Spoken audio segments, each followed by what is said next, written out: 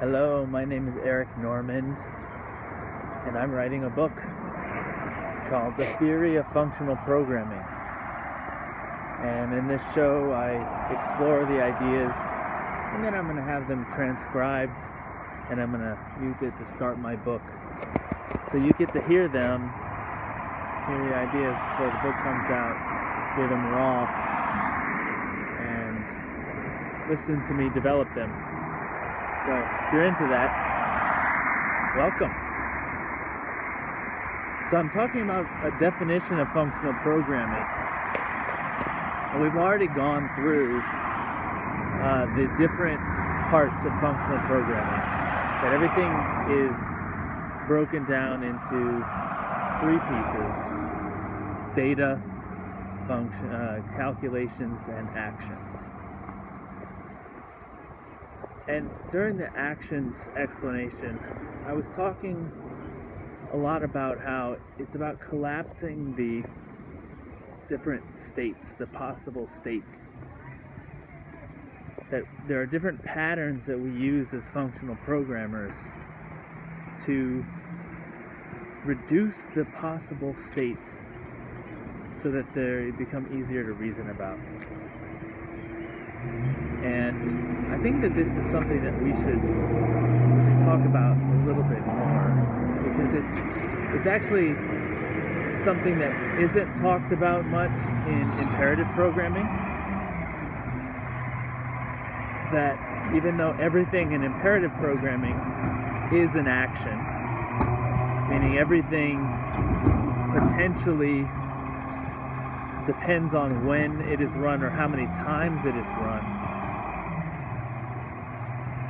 there's almost no safety or no analysis of what that entails.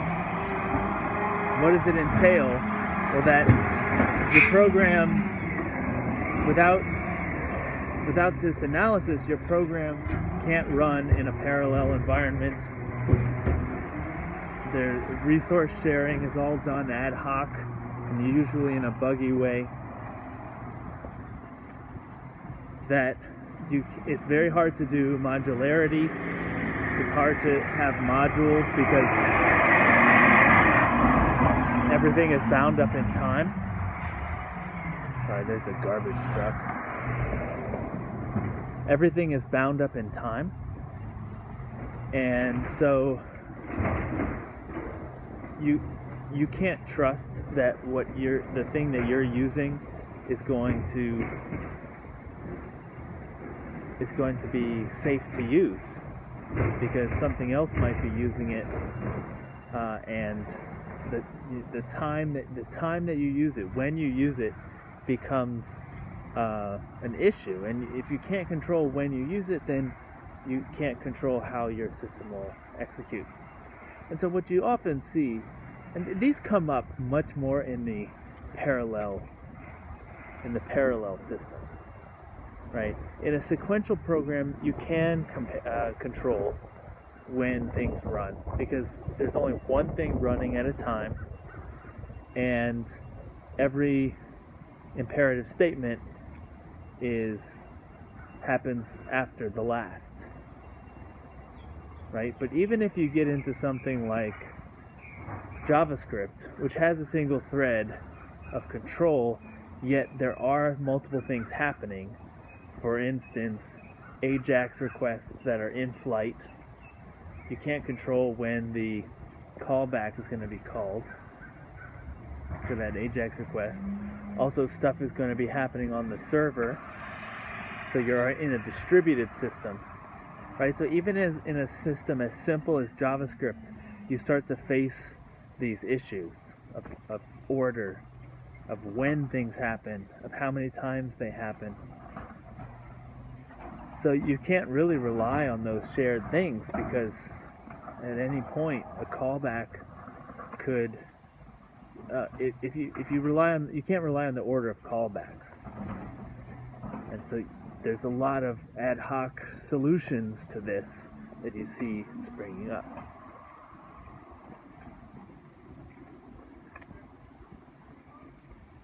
So what functional programming really tries to do is to collapse these possible states into a reasonable subset of the states that you can rely on. So I talked about this. I'll just give a few more examples, or I'll repeat some examples. So in a system with transactional actions, so these transactions let you do a series of actions within the transaction so that you maintain the ACID semantics, so that they're all or nothing. What you get is serialized actions. So you compose an action you compose multiple actions together into a single action. That single action happens as a transaction, so that nothing, that those actions will never be interleaved with other actions in that same transaction boundary or context.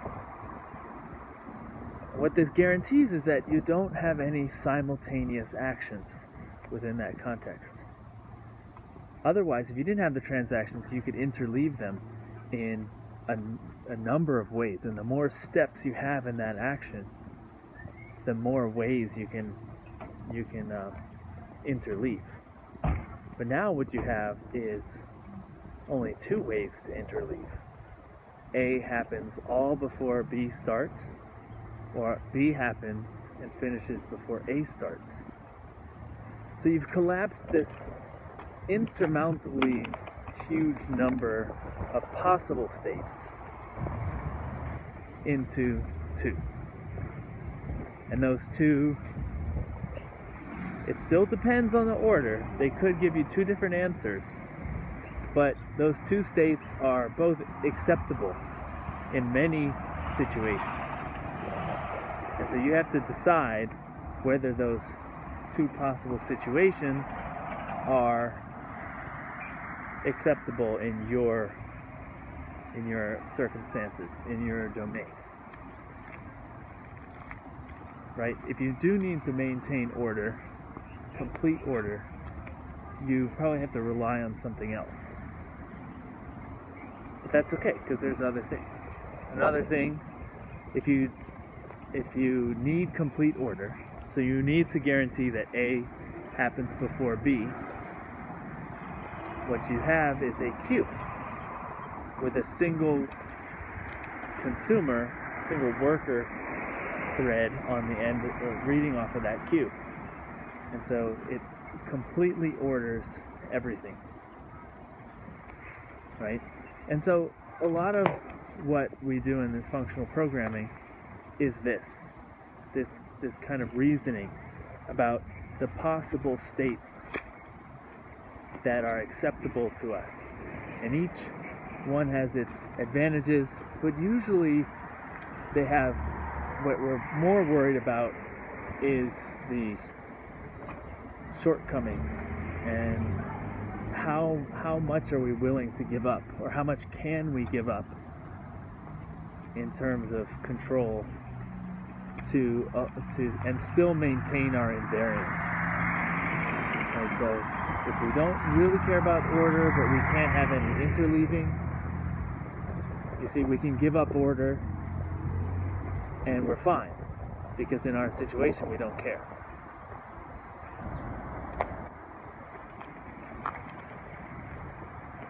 I feel like I need a worked example on this one. I need to go through an example and show, hey, we don't care about this in this case, so you see we can use XYZ. And we do care about that here, so let's do it. So a good example that I like to use a lot for talking about concurrency, parallel systems, is a bank. There's a lot of concurrency in a bank, a lot of shared resources in a bank.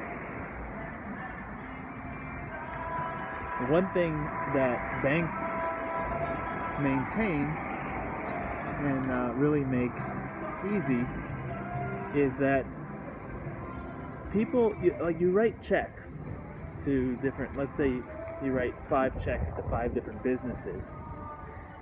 Each business is going to have its own process for depositing that check in the bank, and they might mail it in, and then the mail is going to be delivered in different orders, and then when they get them, even if they get delivered on the same day, the bank is going to be all mixed up in a bag, and the bank is going to take them out in a different order from the order that you wrote those checks in. So you wrote check 200, then 201, then 203, then 204, then 205, and the bank might not get them in that order. Probably won't. Does that matter? No, it doesn't matter. That's the whole point of a checking account, is that the way they process them, it shouldn't matter. And in fact, most banks will let you go negative during the day. So you could have a negative balance on your account because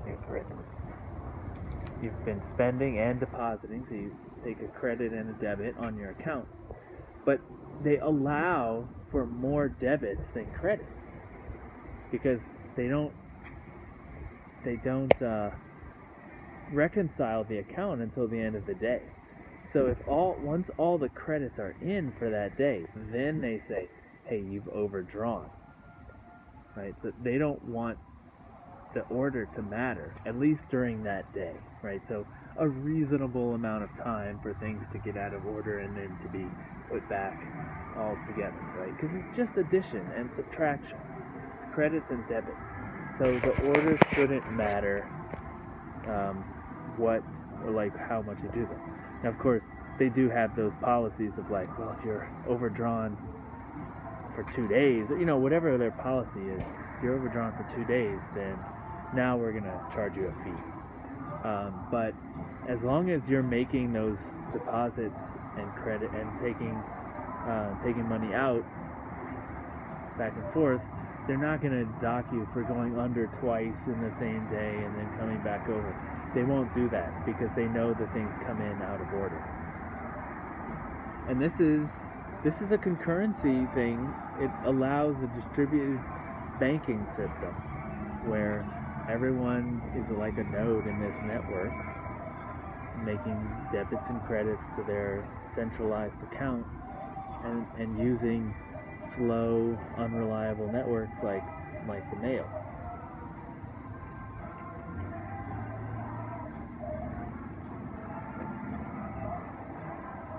So I don't know. I should break this down into how this works in functional programming as actions, right?